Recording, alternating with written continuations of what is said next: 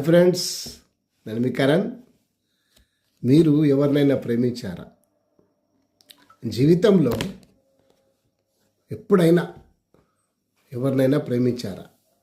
మీరు ఒక తప్పు చేయకండి.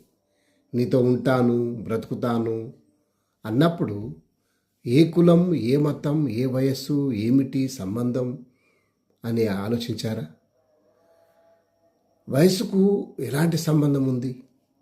ఇద్దరు హ్యాపీగా ఉన్నామా లేదా అనేదే కావాలి.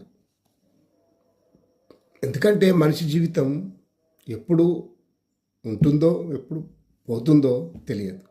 ఉన్నంతకాలం హ్యాపీగా ఉండండి.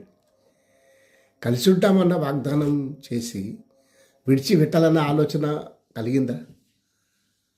ఒకవేళ నాదంటూ ఏదైనా ఉంటే అది నీదే అని అన్నావా? హద్దులు దాటి ప్రేమించుకున్న ప్రేమ కొంతకాలం మనస్పర్ధలు వచ్చి విడిపోతూ ఉన్నాయి. బాధలో ఉండి నవ్వడం నేర్చుకోవాలి. ఎందుకంటే బాధను చూసి జాలిపడేవారు తక్కువ. మన బాధను ఒకరికి చెప్పినా కూడా ఆర్చేవారు, తీర్చేవారు ఎవరు లేరు. ఈ రోజుల్లో అర్థం చేసుకునేవారే చాలా తక్కువ మంది.